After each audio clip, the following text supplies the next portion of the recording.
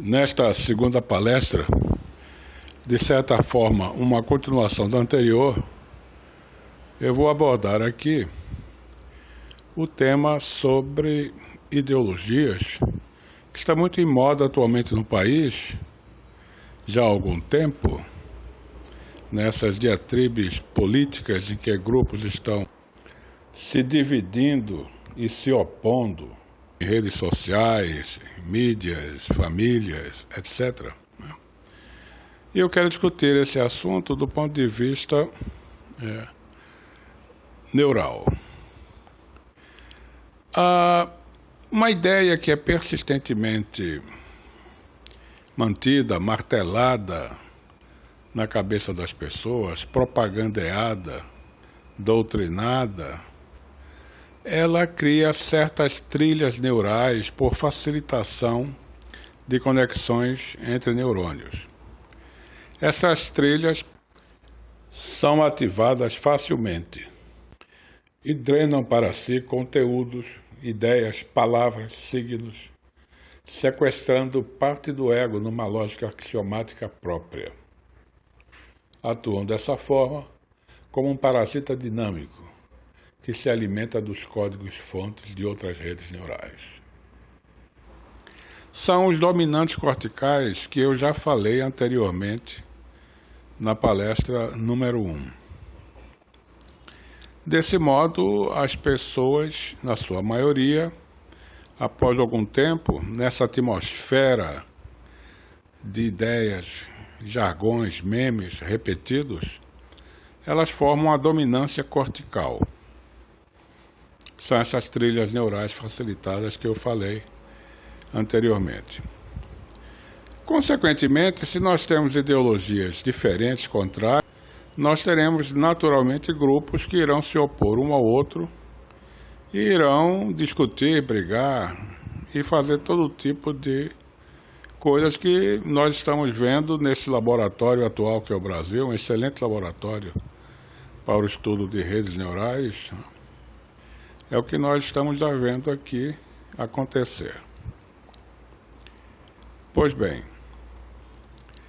a facilitação dessas vias neurais, esse dominante cortical, que drena para si estímulos relacionados, associados, se mantém, portanto, nessa atmosfera.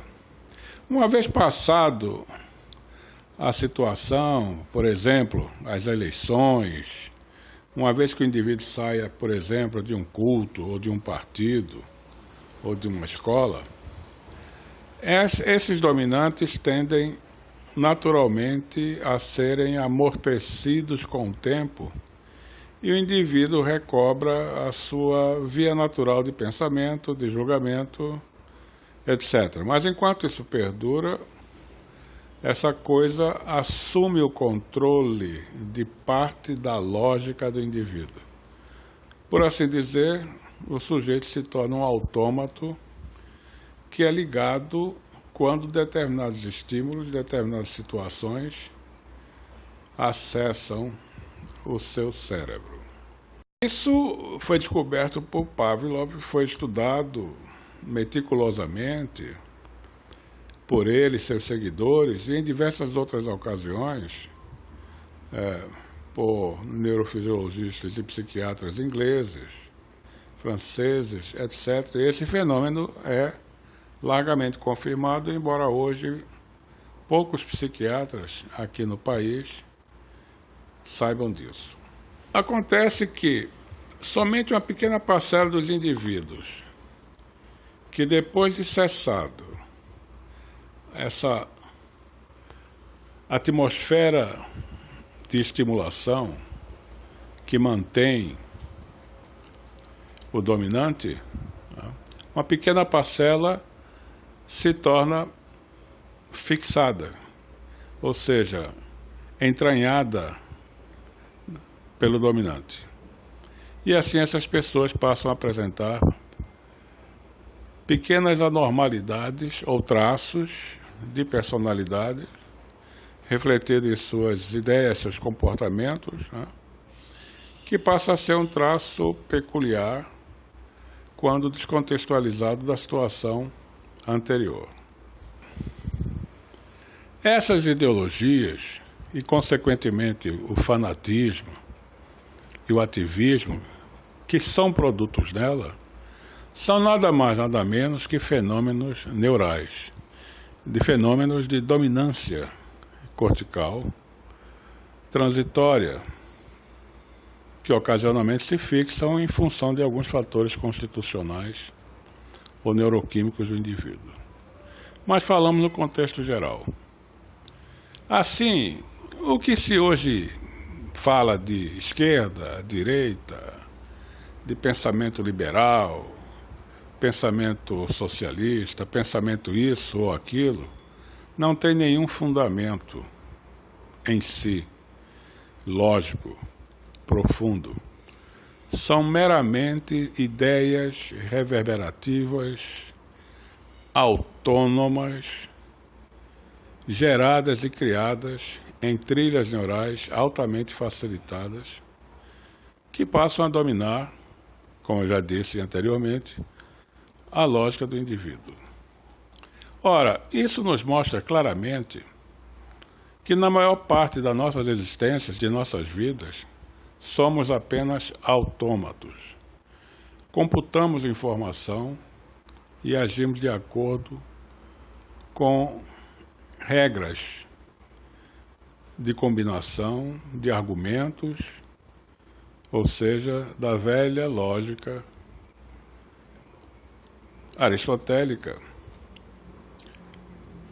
que, na verdade, é apenas o que nós somos na maioria das vezes. Entretanto, para sermos um ser autoconsciente, é preciso, como dizem os ingleses, sair fora da caixa, sair desse aprisionamento neural, sair desse processamento de bits incessantes que os neurônios trocam, dialogam entre si, formando estruturas autônomas, estruturas computacionais, e começarmos a ver de fora o que nós somos e que estamos fazendo, como estamos agindo. Esse estado de autoconsciência, que requer um certo nível de abstração, não é computacional. Ou seja, o estado real do ser, o ser que é consciente de si mesmo, ele não funciona de forma automática. Ou seja, não é uma estrutura lógica computacional. Ele é algo mais, uma consciência plena, um ser. Uma coisa muito interessante, que pode ilustrar muito bem o que seja isso, nos leva a voltar a Atenas, na Grécia clássica. Péricles, o grande reformador da política ateniense, que criou uma constituição que hoje em dia nós chamamos de humanista, que é o precursor de tudo isso que hoje se fala aqui, de igualdade social, liberdade, igualdade de direitos, direitos humanos, igualdade de gênero, essa coisa toda. Isso já era pregado e promulgado na Constituição ateniense de Péricles.